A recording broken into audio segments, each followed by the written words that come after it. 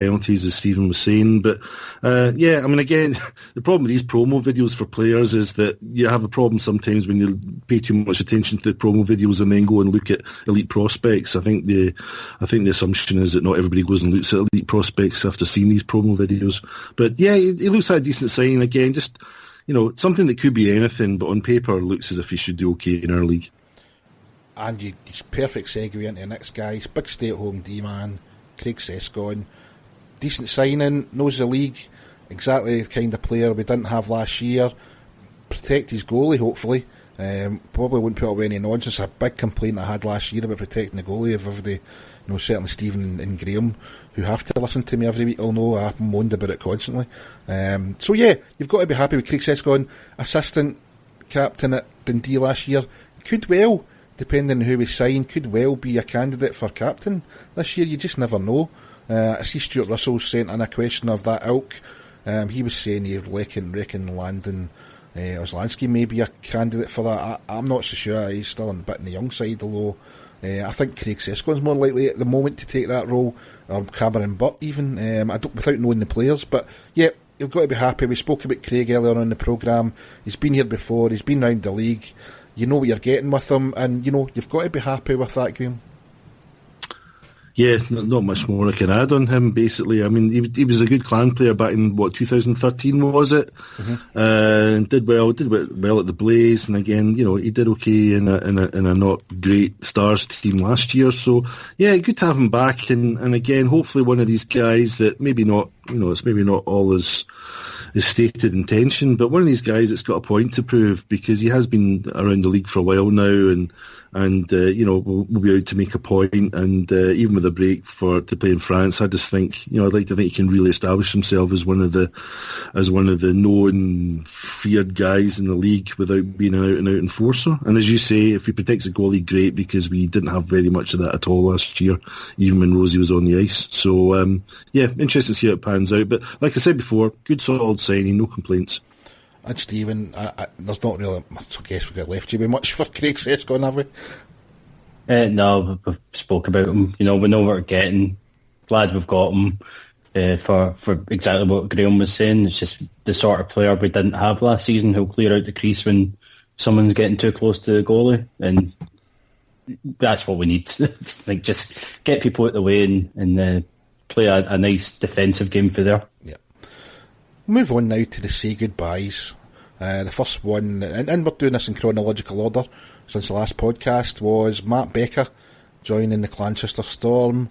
Big loss. No matter what way you slice this, and despite a friend from Fife constantly quoting us out of context, which is really annoying, you know, I think we'd made a point last month, or I certainly had, that you know, signing Mike Hammond was a bit of a gamble.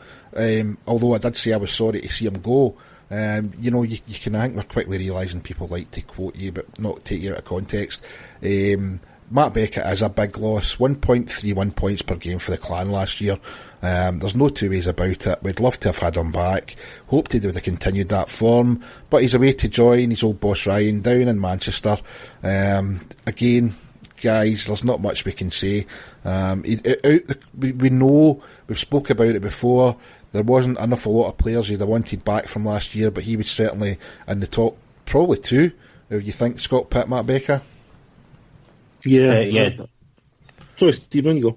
Yeah, definitely. They're the two that I would have wanted back, and it'd be hard pushed to find a third, really, wouldn't you? It's like, but no, it's a shame he's gone. He was a good player for us. Had a great partnership with Pitt for most of last season, then with Hammond as well before when he got moved on to line before he got injured. So he's a big loss, a great player, and I'm sad to see him go. But you know, this is the way that British hockey is. You know, you can't get too attached to players. they'll go as soon as they came over. So just hope he has a good season, just not against us. Yeah, I mean, I think for people that are maybe been new to hockey over the last couple of years are learning, you know, there's not, I'm not saying, we don't know why Matt Becker left. We don't know if it's just purely because of Infinity. We don't know if it's down to money. We don't know if he had a bad experience here. Nobody knows these things. But as a hockey fan, if you're new to hockey, get used to it. that's why we keep always, every now and then, saying the name in the front's more important than the name in the back, because players will come, players will go. There's Craig Sescon went away and come back. We've had Brendan Brooks went away and come back this year. It's just going to happen. It's the way it is. Probably more pronounced than people are maybe used to that are watching football on a regular basis. The contracts are shorter in hockey. You're more likely to be doing what we're doing this year and building a complete team from scratch near enough, bar your Brits. So, yeah, get used to it, guys. It's the way it is. Big loss, Graham. I don't know if there's anything you want to add. Not really. I mean, it's like we're saying, it's not a particular surprise. You have to reckon that whatever size the list was of that Finner took down south of them in terms of players that he wanted to take with him, there's no doubt that Becker would have been, probably at the top of that list, or certainly very near it, along with Pitt and what have you. Again, part of Becker's strength was, don't forget, he was our top assists guy, so, he really did contribute to the overall scoring potential of the team, and a lot of that was the combination with Pitt, and until Hammond joined that line, whoever happened to be put into that line. So, again, Finn will know how important it is to make sure that he is incorporated into the right line. Whether he gets that or not is obviously going to be the big question.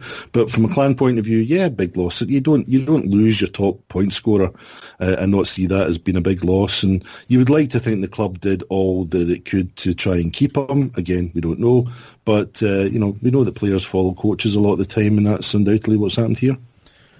Next one we're going to say goodbye to is Danny Osberg, who's found himself a job at Helsingborgs in the third tier of Swedish hockey. I remember watching Osberg against Belfast at home, scored 2 absolutely amazing goals, thought, yeah, we found a player, and it was downhill for there, I'm afraid, Stephen, yeah.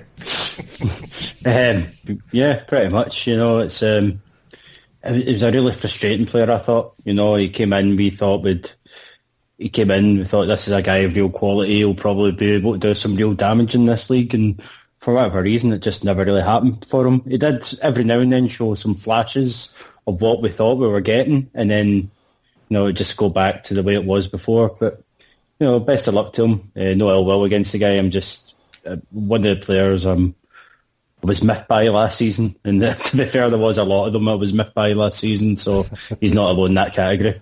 No, I don't suppose he was. Graham, you're overall, we wouldn't have expected him to be coming back anyway, would we? No, as Stephen said, frustrating player. I think it was around about early December. Obviously, he had a barren spell in terms of points, and then I can remember, I think I joked on Twitter about the fact that he was going to start going on a scoring run, and the next thing you know, I think he scored something like 3 goals in 4 games. That's right, I remember that, yeah.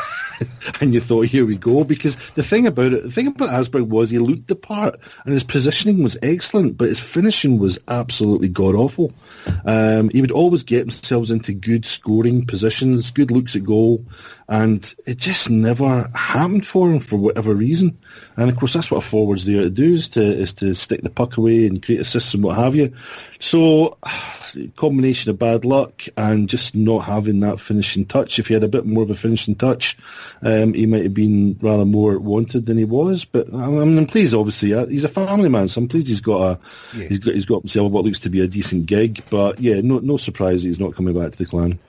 Cody Carlson has signed up with the Atlanta Gladiators in the ECHL, which is the Boston Bruins affiliate in that league. You'll be glad to know that because you love the Bruins, like Stephen. I hope he gets a game for them. Carlson was a strange guy. I thought he was kind of borderline to come back. I thought, in my mind, I wouldn't have been unhappy if he'd come back. I remember in the first few weeks of the season, he took some stupid penalties, and you just thought, God, every time we were maybe going a goal up or we'd clawed our way back, Carlson took a daft penalty and you knew you lost a goal in the power play. That didn't last. That was probably him learning the league early doors. But, a kind of borderline guy for me, Graham. What about yourself?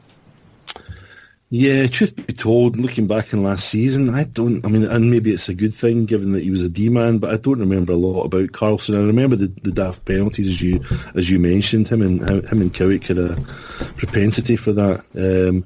But overall, I think he was a reasonably okay player. Again, nothing outstanding sticks in my mind, which for a D-man has got to be a fairly good thing. But I'll be honest with you, I was neither here nor there about him coming back. I mean, again, if not spectacular, you would hope you get something better. I'll be honest with you, I'm not particularly fussed. Stephen, I thought you were finished there, Graham. No, there you go. Stephen, I don't think you liked any of the D for last year, did you?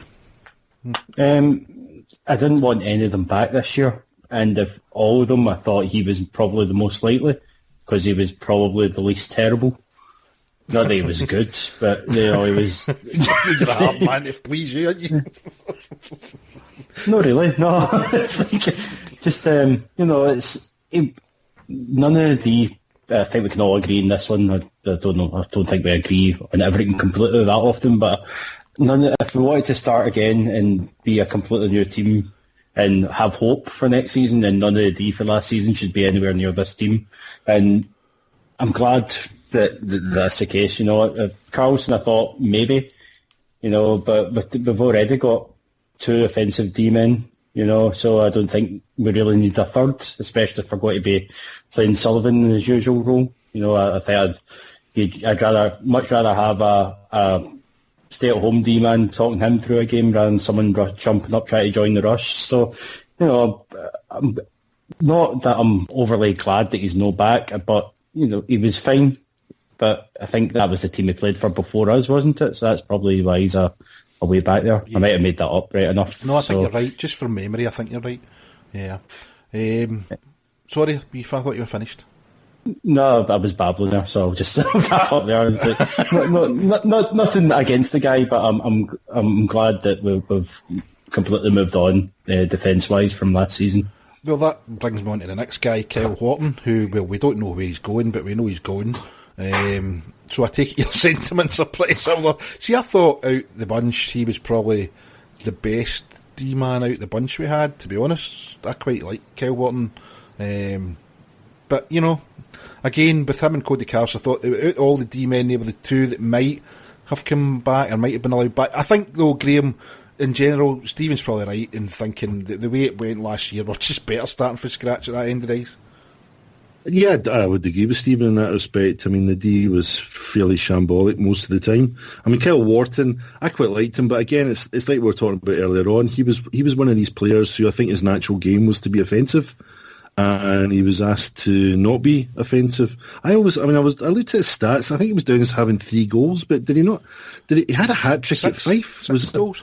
Was it 6 goals? Yeah, I only saw 3 goals. Right, okay, that's fair enough. Because I remember him getting a hat trick at Fife, which was kind of a further indication not only of how much better we were than Fife that game, but also the fact that he liked to come forward.